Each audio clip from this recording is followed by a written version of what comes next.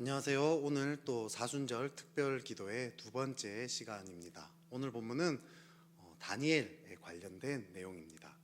오늘 이 본문은 이스라엘 백성들이 바벨론과의 이 전쟁에서 패배한 그런 상황에서 벌어진 일입니다. 하나님의 백성들이 전쟁에서 졌다는 것은 엄청난 일입니다. 아마 많은 유다 백성들이 하나님께 기도했을 것입니다. 민족을 위한 100일 특별 새벽 기도, 무너진 성벽을 재건하라, 이런 40일 금식 기도회, 이런 것들을 아마 전국적으로 아마 펼쳐졌을 것입니다. 만일 이스라엘 백성들이 전쟁에 지지 않게 해주십시오, 우리를 포로로 삼지 않게 해주십시오, 하나님의 백성 아닙니까? 하나님의 영광을 위해서라도 그렇게 해주십시오, 아마 많이 부르짖었을 것입니다. 그런데 그럼에도 불구하고 전쟁에서 진 거죠. 이스라엘 백성들이 얼마나 낙심이 되었겠습니까? 하나님 살아계신 거 맞나? 하나님 정말 우리 기도 들으시는 거 맞나? 하나님이 하나님의 백성을 사랑하시는 거 맞나? 아마 하나님에 대해서 불신과 의심의 생각들이 샘솟았을 것입니다.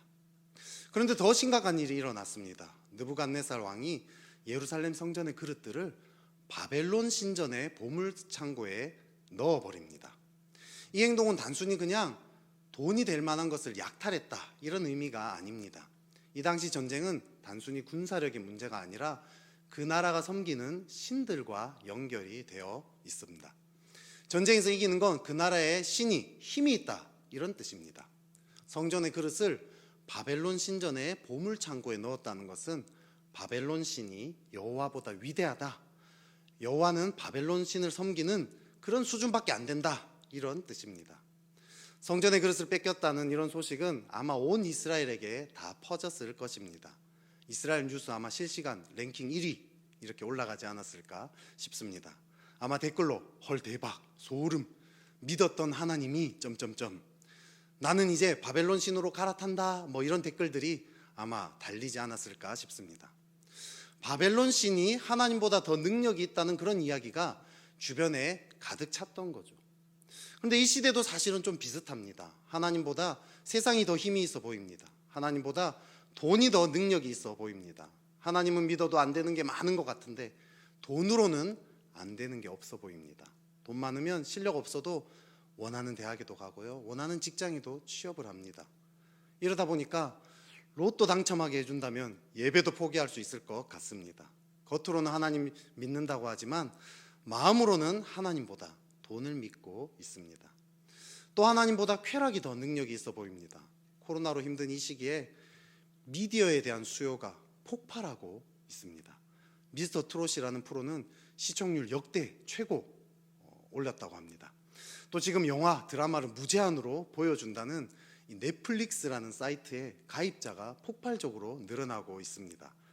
닌텐도 스위치라는 게임기는 마스크보다도 지금 구하기 어렵다, 이런 기사가 떴습니다. 하나님보다 쾌락이 우리의 이 불안하고 공허하고 외로운 마음을 더 쉽게 채울 수 있어 보입니다. 기도와 말씀 생활은 형식적으로 냉랭하게 보내지만 드라마가 시작되기 바로 직전에는 TV 앞에 이렇게 딱 앉아 있으면 기대와 설렘으로 마음에 막 흥분이 일어납니다. 아마 옆에 치킨까지 있으면 거의 주일 2부 예배 맨 앞자리 강대상 바로 앞에 앉은 사람처럼 경건해지는 거죠. 믿는 자들도 하나님보다 미디어에서 더 만족을 얻습니다. 이 돈 쾌락을 이야기했지만요, 명예, 권력 이런 것들까지 이 세상의 신들, 하나님보다 더 능력이 있어 보이는 거죠. 우리도 알게 모르게 이런 것들을 쫓아서 살아가고 있습니다. 이런 가운데 하나님이 살아계시다, 하나님이 돈 쾌락보다 능력이 있다, 이렇게 외치는 것은 공허해 보입니다.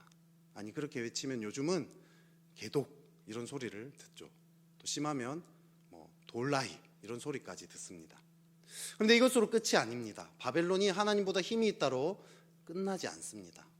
바벨론은 이스라엘 백성을 바벨론화 시키려고 힘을 쓰고 있습니다. 그래도 하나님이 힘이 약한 것 같아서 안 그래도 이 믿음이 흔들리는데 세상은 우리를 세속화시키려고 살살 유혹까지 하고 있는 거죠. 오늘 본문을 보면 바벨론이 이스라엘의 똑똑한 소년들을 포로로 잡아오는 걸 봅니다. 그리고 바벨론 학문과 방언을 가르치고요. 또 진미와 포도주를 먹입니다. 이름도 고칩니다. 이 학문과 언어는 그 나라의 문화와 밀접하지 않습니까? 음식은 말할 것도 없죠. 게다가 이름도 바꿨습니다. 그 이름이요, 아벳느고라는 이름은요, 바벨론 신의 이름 중에 느고라는 신이 있었어요. 그 느고의 종, 이런 뜻입니다. 오늘날로 이야기하면 이름 자체가 관세음보살의 종, 이런 뜻인 거죠. 야, 이 김관세음보살의 종아, 밥 먹자. 관세음보살의 종아, 화장실 다녀와서 물 내렸니? 관세음보살의 종아, 밖에 다녀오면 손 씻어야지. 매일매일 매 순간 이름 부를 때마다 그렇게 부른다고 한번 생각해 봅시다. 아, 그럼 나는 관세음보살을 섬겨야 되는구나, 이런 생각이 저절로 생기게 되는 거죠. 이스라엘을 둘러싼 삶의 이 환경 자체가 계속 바벨론화가 일어납니다. 이때와 마찬가지로요, 지금도 세상은 우리를 세속화시키고 있습니다. 부모님이요, 예배보다 학원이 더 중요해, 이런 메시지를 심어줍니다. 친구들이요, 건물주가 짱이야, 돈 없으면 찐따야 찐따. 직장 동료들은요, 지금 타이밍은 여기에 주식을 넣어야 할 때야, 야 늦으면 안 돼, 야 김 부장이 어디 땅을 샀다가 완전 대박 터졌대, 이런 이야기들을 우리는 계속 듣습니다. 하루에도요, 계속 스마트폰, TV를 통해서 우리는 광고를 봅니다. 광고의 핵심은 상품을 파는 거죠. 이 집을 가지면, 이 자동차를 가지면, 이 핸드폰을 가지면 너는 행복할 거야, 이런 메시지를 계속해서 심어줍니다. 그 광고를 보다 보면요, 우리는 저절로 저 물건을 가지려면 돈이 필요해, 돈이 많아야 해, 돈이 많아 나는 행복할 수 있어, 이런 생각이 저절로 심겨지는 거죠. 세상은 계속해서 우리를 세속화시킵니다. 이런 가운데 하나님이 만약에, 그래도 이렇지만 하나님이 스스로 자기의 능력을 나타내면 참 좋겠는데 잘 그렇게 안 돼요. 인터넷 그 기독교에 대해서 악플을 달고 있는 그런 사람이 갑자기 감전이 되고 으악! 아니면 반대로 하나님 잘 섬기는 사람이 잘 되는, 복받고 잘 되는 이런 일이 벌어지면 좋겠는데 하나님이 그렇게 하실 수도 있는데 잘 그렇게 안 하십니다. 왜 그럴까요? 하나님은 하나님의 사람을 통해서 자기의 영광을 나타내기를 너무나 원하시기 때문입니다. 이 땅에 하나님이 없는 것처럼 살아가고 하나님의 역사가 나타나지 않는 것 같은데도 하나님이 가만히 계시는 그 이유는 우리를 통해서 하나님의 영광을 나타내고 싶어 하시기 때문입니다. 그렇다면 하나님은 어떤 사람을 통해서 하나님의 영광을 나타내실까요? 오늘 본문인 8절을 한번 읽어보겠습니다. 다니엘은 뜻을 정하여 왕의 음식과 그가 마시는 포도주로 자기를 더럽히지 아니하리라 하고 자기를 더럽히지 아니하도록 환관장에게 구하니. 아멘. 다니엘은 뜻을 정해서 왕이 제공하는 이 영양가 풍부한 음식, 포도주를 안 먹기로 결심했습니다. 여러분, 만약에 BHC 치킨 뿌링클이 눈앞에 있는데 안 먹는다, 쉽지 않겠죠. 근데 안 먹어서 초췌해지면 왕한테 처벌까지 받을 그럴 상황입니다. 그런데도 다니엘은 왕의 음식을 안 먹고 채소만 먹습니다. 왜 그랬을까요? 뜻을 정했기 때문입니다. 여기서 이 뜻은 히브리어 원어로 보면 마음이라는 뜻입니다. 전 존재, 이런 뜻입니다. 뜻을 정하여라는 말은 전 존재로 결심하고 결정했다, 이런 마음의 결단을 뜻하는 표현입니다. 세상이 아무리 하나님 없다고 소리치고 세상이 아무리 나를 유혹한다 할지라도 나는 하나님만을 섬길 것이다, 나는 이 세상을 거슬러서 하나님만을 나의 주인으로 삼을 것이다, 이렇게 마음의 결단을 했다는 뜻입니다. 상황 가운데 자신을 내버려 두지 않겠다는 뜻입니다. 사실 하나님이 힘이 없는 것 같고 세상이 계속 우리를 세속화하는 것도 큰 시험거리지만 더 큰 시험이 또 하나 있습니다. 그건 바로 우리의 연약함입니다. 세상의 유혹도 있지만 타락했기 때문에 우리 스스로 세상을 쫓고자 하는 경향이 있다는 거죠. 나는 하나님 늘 갈망하는데 가끔 무너진다, 이건 거짓말입니다. 사실 우리는 하나님을 늘 떠나려는 경향이 있는데 하나님의 은혜로 우리를 붙잡아 주시기 때문에 하나님께로 나아가는 그런 자들입니다. 근데 세상은 계속 이야기합니다. 너 뭐하냐? 하나님 섬긴다고 그게 밥 먹여주냐? 하나님은 적당히 섬겨야 돼. 내 삶에 피해가 되지 않을 정도로 적당히 섬겨야 돼. 야, 지금 처자식 먹여 살리기도 바쁜데 너 지금 뭐 하는 거야? 이런 소리가 들릴 때 우리는 뜻을 정해야 합니다. 세상이 뭐라고 한다 할지라도 나는 주님을 신뢰합니다. 주님만을 섬길 것입니다. 나는 주님 한 분만으로 만족합니다. 이렇게 선포하는 거죠. 근데 이렇게 선포할 때 유의해야 될 점은 나는 그리스도인이기 때문에 의무적으로 그렇게 해야 한다는 것이 아니라는 거죠. 다니엘이 그렇게 결단한 이유는 하나님을 사랑하기 때문입니다. 하나님이 전부였기 때문입니다. 빌립보서 3장 7절 8절에 이렇게 얘기합니다. 그러나 무엇이든지 내게 유익하던 것을 내가 그리스도를 위하여 다 해로 여길 뿐더러 또한 모든 것을 해로 여김은 내 주 그리스도 예수를 아는 지식이 가장 고상하기 때문이라 라고 얘기합니다. 다니엘은 알았습니다. 자신이 바벨론의 모든 권력과 모든 것을 다 쥐게 된다 할지라도 하나님이 없으면 자신의 삶은 공허하고 메마를 뿐이라는 것을 알았다는 거죠. 반면에 세상의 모든 것을 다 잃어버린다 할지라도 하나님 한 분만 있으면 만족한다는 것을 알았습니다. 그렇기 때문에 의무적으로가 아니라 당연하게 자연스럽게 마음의 결단을 할 수 있었던 거죠. 뜻을 정할 수 있었던 것입니다. 첫 번째가 마음의 결단에서 시작된다면 두 번째는 마음의 결단을 통한 실천을 하는 것입니다.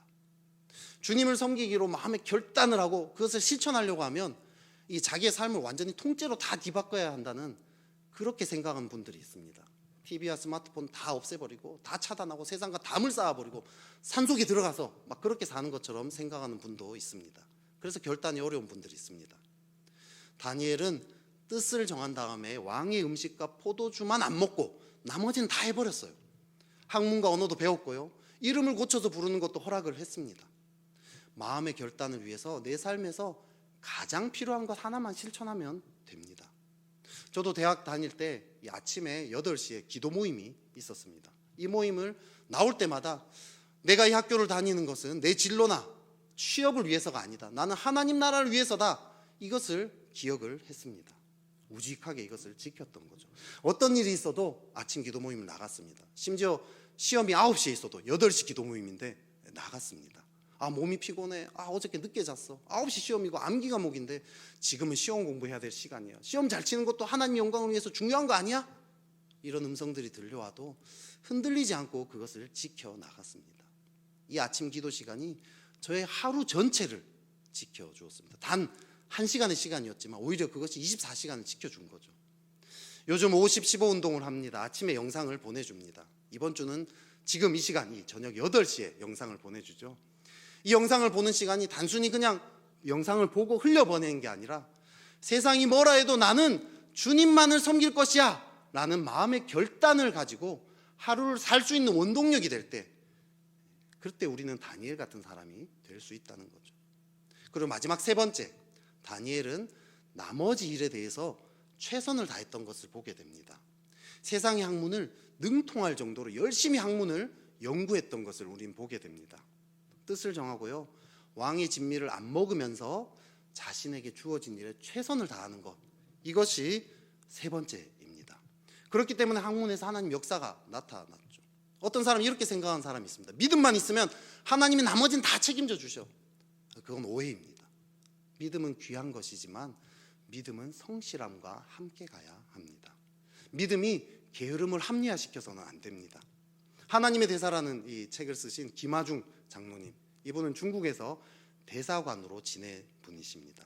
이분이 한국과 중국과의 관계도 잘 만들었고요. 또 이 탈북자 1000명을 막 이렇게 살리는 그런 일도 일어납니다. 근데 이분이 이렇게 얘기합니다. 자신은 하나님께 나아가는 것과 자기 직장 일과 관련된 것을 공부하는 것, 그거 외에는 아무것도 안 한다라고 이야기합니다. 하나님과의 관계, 그리고 직장 일을 함께 성실하게 최선을 다했기 때문에 하나님의 놀라운 역사가 나타난 거죠. 이런 사람을 통해서 하나님의 일이, 하나님의 영광이 나타나게 됩니다. 오늘 이것을 통해서 다니엘이요, 꿈과 환상을 깨달아 안다라고 얘기합니다. 이 꿈과 환상은요, 그 당시에 신들만 하는 일로 해석되었습니다. 근데 그 일을 하되 10배나 뛰어났다라고 표현합니다. 인간의 힘으로 할 수 없는 그런 일이 일어나죠. 그리고 결국 이 느부갓네살은요, 거의 다니엘에게 통치권을 다 맡깁니다.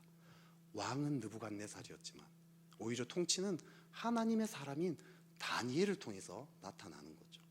다니엘처럼 이렇게 뜻을 정하고 그 정한 뜻을 행동으로 나타내고 또 자신의 주어진 일을 최선을 다해서 성실하게 행하는 그 사람을 통해서 하나님이 일하셨다는 거죠. 시대가 아무리 하나님이 안 계신 것 같고 하나님의 능력이 세상보다 떨어진 것 같아 보인다 할지라도 하나님은 뜻을 정한 그 사람들, 그리고 그것을 실천하는 사람들, 그리고 하나님께로만 전심으로 나아가는 그 사람들을 통해서, 성실하게 나아가는 그 사람들을 통해서 하나님의 살아계심을 나타내실 것입니다. 그렇게 이 코로나의 이 시기를 잘 보내는, 그래서 하나님의 영광을 나타내는 저와 여러분 되기를 축복합니다. 그럼 우리 같이 나눈 이 말씀을 가지고 같이 기도하면 좋겠습니다. 먼저 우리 자신을 한번 돌아봅시다. 나는 지금 무엇을 믿고 있는지 살펴봅시다. 세상은 하나님보다 돈, 쾌락, 명예, 권력 이런 것들이 더 능력이 있다라고 이야기합니다. 혹시 나도 그런 것들을 추구하는데 더 시간과 에너지를 많이 쏟고 있지는 않습니까? 또 혹시 쾌락을 쫓을 때 내 마음이 더 흥분되고 하나님께 나아간 것은 냉랭한 혹시 그런 상태는 아닙니까? 그렇다면 이 시간 믿음을 회복하도록 기도합시다. 뜻을 한번 정해봅시다.